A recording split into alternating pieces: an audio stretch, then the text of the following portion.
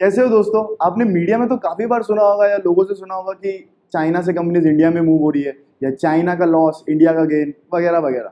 But आज हम इस बात की गहराई में जाएंगे और पता लगाते हैं कि एक्चुअल में कौन कौन सी कंपनीज इंडिया में आई है और इंडियन गवर्नमेंट ने क्या इनिशिएटिव लिए, प्लस वो इंडिया छोड़ के क्यों नेबरिंग कंट्रीज में जा रही है। साथ साथ में हमने कुछ टेक्स टर्म्स जैसे कि human capital index, plug and play model वगैरह भी समझा है। तो हमेशा की तरह वीडियो इन्फॉर्मेटिव रहने वाला है, एंड तक देखिए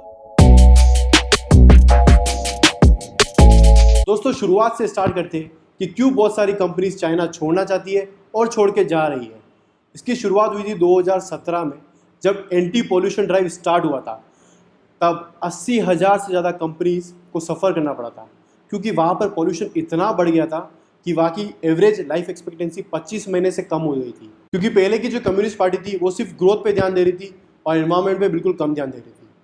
अब 2018 में लेबर कॉस्ट 30% से ज़्यादा बढ़ गई थी, जो कि थी $6.5 per hour compare to other countries like India, China, Vietnam, जो कि थोड़ी कम थी। और दूसरा प्रॉब्लम था श्रिंकिंग ऑफ वर्कफोर्स, क्योंकि 2011 में वर्कफोर्स था 925 मिलियन, जो कि रिड्यूस हो गया था 2018 में 895 मिलियन पर। 2019 US China trade war, Trump साहब ने $300 बिलियन तक के इंपोर्ट टैरिफ्स चाइना पे लगा दिए थे। 2020 में कोरोना वायरस आ चुका था, जिसकी वजह से global supply chain across the world hamper हो चुकी थी और सारी कंट्रीज अपनी डिपेंडेंसी चाइना पर रिड्यूस करना चाहती थी। तो ये कुछ फैक्टर्स की वजह से कंपनीज चाइना से मूव आउट करना चाहती हैं और शिफ्ट सेंटिमेंट्स को बढ़ावा देती है। According to a report of QIMA, a Hong Kong based supply chain and quality research company, उन्होंने पता लगाया कि 42% कंपनीज जो है वो साउथ ईस्ट एशियन कंट्रीज में शिफ्ट होना चाहती है, जैसे कि वियतनाम, म्यांमार और फिलीपींस। बट यहीं पे 52% कंपनीज जो है वो साउथ एशिया कंट्री जैसे कि बांग्लादेश, इंडिया में शिफ्ट होने के सेंटिमेंट्स दिखा रही है। तो यहीं से ही होप होती है कि इंडिया में कुछ कंपनीज अट्रैक्ट करी जा सकती है। नॉर्मा, एक जापानीज फाइनेंशियल ग्रुप ने आइडेंटिफाई किया है कि चाइना से 56 कंपनीज 2018-19 में मूव हो चुकी है, जहां पे वियतनाम को 26 मिली है, ताइवान को 11, थाईलैंड को 8 और इंडिया में सिर्फ 3 कंपनीज आई है। इंफ्रास्ट्रक्चर, इंडिया का रेल नेटवर्क दुनिया का सबसे बड़ा रेल नेटवर्क है, बट फिर भी हाई स्पीड ट्रेन में कहीं ना कहीं लैग करता है, जिसकी वजह से transport problem, delivery delay problem और अदर फैक्टर जैसे कि power, water, sewage supply, electricity connectivity, road connectivity, ये सारे प्रॉब्लम भी इंफ्रास्ट्रक्चर को अफेक्ट करते हैं। ईज ऑफ डूइंग बिजनेस, वैसे तो इंडिया 63rd नंबर पे आता है कंपेयर टू वियतनाम, इंडोनेशिया और अदर नेबरिंग कंट्रीज, बट कुछ प्रॉब्लम की वजह से फॉरेन कंपनीज कम प्रेफर करती है इंडिया में आने के लिए। वो प्रॉब्लम्स है जैसे कि environmental activism, media criticism, scandals, lack of cooperation between centre and state, excessive paper work. यही पे दोस्तों नेबरिंग कंट्रीज की बात करूं तो वियतनाम, थाईलैंड, मलेशिया, इनका मार्केट बहुत छोटा है, बट इनका कनेक्टिविटी एशियन और एशिया पैसिफिक रीजन से काफी अच्छा है। और वियतनाम और यूरोपियन यूनियन में अभी ट्रेड डील भी साइन होने वाला है। लेबर लॉज, इंडिया के लेबर लॉज जो है वो दोस्तों काफ़ी ज़्यादा कॉम्प्लिकेटेड और स्ट्रिक्ट है, जैसे कि हायर और फायर करना या उनका पेमेंट डिसाइड करना वेजेस का। इन सब के लिए मतलब आपको बार बार लेबर यूनियन वगैरह के पास जाना पड़ता है। अगर वो चीज़ें उस अकॉर्डिंग ना हो तो लेबर स्ट्राइक्स हो सकती है। तो ये कुछ चीज़ें जिसकी वजह से एमएनसीज कम प्रेफर करती है इंडिया के अंदर, क्योंकि एक तरह से उनके हाथ बांध दिए, आप कुछ डिसाइड नहीं कर सकते। और दोस्तों ह्यूमन कैपिटल इंडेक्स की बात करें तो इंडिया का नंबर 103rd है, वहीं पे थाईलैंड, वियतनाम जो है वो 40th और 63rd नंबर पे आते हैं। ह्यूमन कैपिटल इंडेक्स डिसाइड कैसे होता है? एक सिटीजन की स्किल्स क्या है, ट्रेनिंग एंड डेवलपमेंट क्या रही है, उनकी एजुकेशन क्या रही है, और एज एन एम्प्लॉयर वो लॉयल कितने हैं, पंचुअलिटी कितनी है, ये सब चीज़ें ह्यूमन कैपिटल इंडेक्स को बताती है। वहीं पे दोस्तों वियतनाम जो है वहाँ की स्किल लेवल काफ़ी अच्छी है दूसरी कंट्रीज से कंपैरिजन, मतलब right person at the right place on the right time.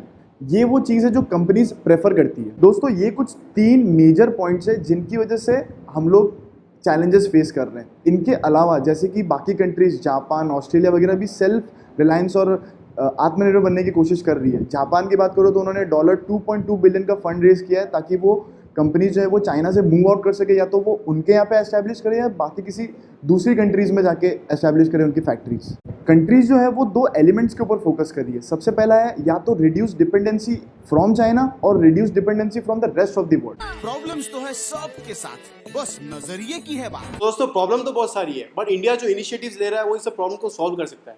जैसे कि सप्लाई चेन और ट्रांसपोर्ट की प्रॉब्लम को सॉल्व करने के लिए सागरमाला और भारतमाला जैसे इनिशिएटिव्स लिए जा रहे हैं और उन प्रोजेक्ट्स को इंप्लीमेंट करा जा रहा है, जिससे कि लैंड और सी कनेक्टिविटी इंप्रूव करी जा सके। ईज ऑफ डूइंग बिजनेस के नंबर को इंप्रूव करने के लिए इंडिया ने श्रम सुविधा पोर्टल स्टार्ट किया है, जो कि डेडिकेटेड है प्रोसेस और फाइलिंग्स और रजिस्ट्रेशन के लिए, जो ट्रांजेक्शन कॉस्ट कम करेगा और 3 से 5 दिन के अंदर प्रोसेस हो जाएगा। लेबर लॉज के रिफॉर्म के लिए 4 कोड बने हैं, on wages, on industrial relation, on occupational safety, on health and working condition, जिसमें ऑन वेजेस वाला ऑलरेडी अप्रूव हो चुका है और बाकी के 3 कोड एडवांस स्टेज पर है। और अब स्ट्राइक्स के लिए 75% से वर्कर्स का अप्रूवल होना जरूरी है, जिसके लिए 14 डेज का नोटिस पीरियड लगेगा। इंडिया 4.60 हेक्टेयर्स की लैंड प्रोवाइड कर रहा है मैन्युफैक्चरिंग यूनिट कंपनीज के लिए, जो आके इंडिया में एस्टेब्लिश हो सकती है।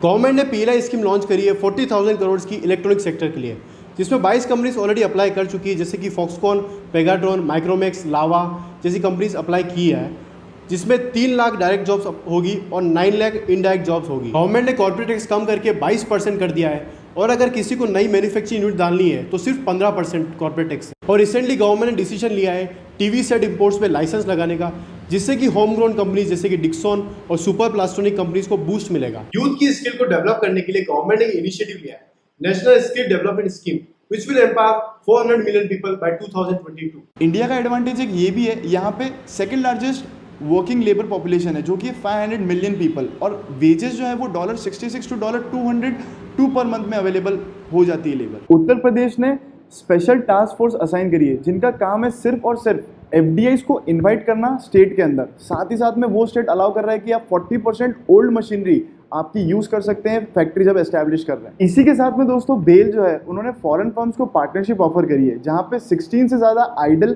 फैक्ट्रीज जो बेल की पड़ी है वो लोग डायरेक्टली आके यूज कर सकते हैं। मतलब कि स्किल्ड फोर्स, ऑपरेशनल फैक्ट्रीज और जो लैंड है एडिशनल उनका, वो डायरेक्टली यूज के लिए तैयार है। और साथ ही साथ में कुछ पब्लिक सेक्टर अंडरटेकिंग्स भी है जो सिमिलर अरेंजमेंट्स के ऊपर काम कर रही है। तो दोस्तों इसी को बोलते हैं plug and play model. Special economic zone एक तरह की ज्योग्राफिक लोकेशन है जहाँ पे इकोनॉमिक लॉ जो है वो कंट्री के लॉ से काफ़ी ज़्यादा डिफरेंट होता है। मतलब वहाँ पे ज़्यादा ट्रेड बैरियर्स वगैरह नहीं होते हैं, और ये एक तरह का डायरेक्ट इन्विटेशन भी रहता है फॉरेन कंपनीज के लिए कि वो आके इन्वेस्ट करें। साथ ही साथ में यहाँ पे बेसिक फैसिलिटीज़ जैसे कि वाटर, इलेक्ट्रिसिटी वगैरह अवेलेबल रहती है। इन सब इनिशिएटिव्स की वजह से 1000 से ज़्यादा कंपनीज इंटरेस्टेड है इंडिया में शिफ्ट करने के लिए, और इनमें से 300 कंपनीज जो है वो अलग अलग नेगोशिएटिंग स्टेजेस पर हैं, जिसमें से पीएलआई स्कीम के through 22 companies already agreement sign कर चुकी है। और हाल ही में आपने सुना होगा कि iPhone 11 की जो मैन्युफैक्चरिंग है वो चेन्नई में सेटअप हो चुकी है। दोस्तों हम लोग तो यही चाहते हैं और सब यही चाहते हैं कि ज़्यादा से ज़्यादा कंपनीज इंडिया में इन्वेस्ट करें और इंडिया को ग्लोबल सप्लायर और आत्मनिर्भर बना सकें, जिससे ज़्यादा एम्प्लॉयमेंट अपॉर्चुनिटीज़ भी क्रिएट होगी हमारे लिए। तो दोस्तों ये थी आज की वीडियो। अगर आपको हमारा काम पसंद आता है तो प्लीज़ इस वीडियो को लाइक, शेयर, कमेंट और सब्सक्राइब कीजिए। धन्यवाद।